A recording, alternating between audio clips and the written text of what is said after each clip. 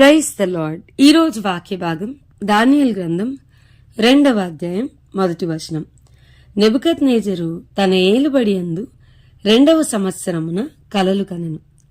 అందును గురించి ఆయన మనస్సు కలతపడగా ఆయనకు నిద్ర పట్టకుండెను. ఈరోజు ఈ వాక్య భాగం ద్వారా దేవుడు మనతో మాట్లాడుతూ ఉన్నారు. ఈ దానియేలు గ్రంథం 2వ అధ్యాయం 1వ వచనం గనుక మనం చూస్తే, రాజైన నెబుకద్నెజరుకి నిద్ర పట్టట్లేదు. మరి ఆయనకు ఒక కళ రావడం, ఆ కళను మర్చిపోవడం, కలభావం ఏంటో అని కలతపడుతూ నిద్ర పట్టకుండా దేవుడు చేస్తూ ఉన్నాడు. మనం చూస్తే దేవుడు దానియేలు గారిని బబులోను దేశమంతటి మీద హెచ్చించాలి అని అనుకున్నాడు. మరి ఇక్కడ దేవతల ఆత్మ కలిగిన వారు ఒకరు ఉన్నారు. దర్శనములు స్వప్నముల యొక్క భావమును చెప్పగలిగిన వాడు ఒకడున్నాడని బబులోను దేశమందంతటా కూడా తెలిసేలాగా దేవుడు మరి డైరెక్ట్గా మరి దానియేలుని హెచ్చించడం కొరకు రాజుకే నిద్ర పట్టనీయకుండా ఆయన చేయడం మనం చూస్తా ఉన్నాం. దానియేలు గారు మరి ప్రార్థన చేసినప్పుడు దర్శనమందు కళ యొక్క భావము దేవుడు బయలుపరచడం, దానియేలు గారి యొక్క కొమ్మును బబులోను దేశమందంతటా కూడా బానిసగా వెళ్ళిన ఆయన యొక్క కొమ్మును మనం హెచ్చించడం చూస్తున్నాం. మరి బైబిల్లో మనం చాలా సందర్భాల్లో రాజులకి నిద్ర పట్టనీయకుండా దేవుడు చేయడం మరి మనం చూస్తే, మొర్దెకై ఉరికొయ్యి మీద వేలాడదీయబడాల్సిన పరిస్థితి.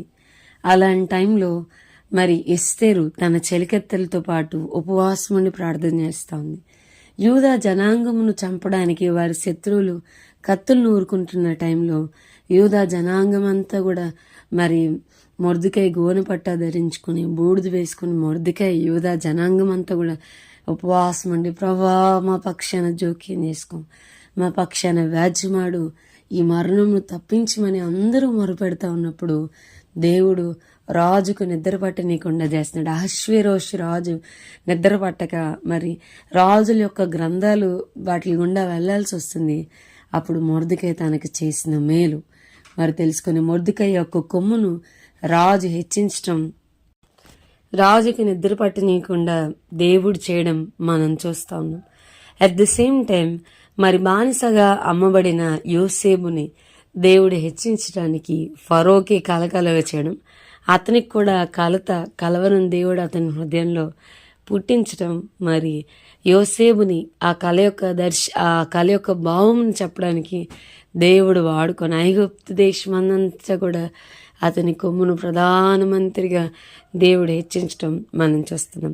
వాక్యం వింటున్న ప్రియమైన వారులారా, దేవుని వాక్యం చెప్తాంది, రాజుల హృదయములు ఆయన చేతులు నీటి కాలువల వలె ఉన్నాయి, ఆయన తన చిత్తవృత్తి చొప్పున వాళ్ళని తిప్పుతూ ఉంటాడు.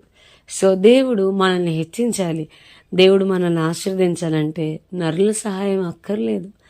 మనిషి సహాయం లేకుండా తీయబడిన రాయి. రాజు దగ్గరికి వెళ్ళి రికమెండ్ చేయాల్సిన పని లేదు. రాజుగారు అలాగేలాగా అని చెప్పని మనం లంచం ఇవ్వాల్సిన అవసరం లేదు. దేవుడు డైరెక్ట్గా రాజులతోనే డీల్ చేస్తాడు. వాక్యం వింటున్న ప్రియమైన వారులారా, మనం జ్ఞాపకం చేసుకోవాల్సింది, నాకు సహాయం చేయడానికి ఎవరు లేరు, నా పక్షాన మాట్లాడడానికి ఎవరు లేరు, నాకు ప్రతినిధి ఎవరు లేరు. There is no representative on behalf of me, there is no mediator on behalf of me అనేది. ఇదే నీ బాధ, ఇదే నీ వేదన అయితే దేవుడు డైరెక్ట్ పర్సన్స్ని దేవుడు డీల్ చేస్తాడు. మధ్యవర్తులు అక్కర్లేదు. ప్రవే మధ్యవర్తిగా వ్యవహరించి మన కొమ్మును పైకెత్తుతాడు. మన పక్షాన థింగ్స్ విల్ గెట్ టుగెదర్. మన పక్షాన దేవుడు తన కార్యములను జరిగిస్తాడు. ఆమెన్. ప్రార్థన చేసుకుందాం. ప్రభా, ఈరోజు వాక్య భాగం ద్వారా మీరు మాతో మాట్లాడినందుకు వందనాలు. వాక్యమైన మా ప్రియులైన వారిని అందరినీ దీవించి ఆశీర్వదించమని యేసు నామమున అడిగి వేడుకొంచున్నాం తండ్రి. Amen. God bless you and have a blessed day.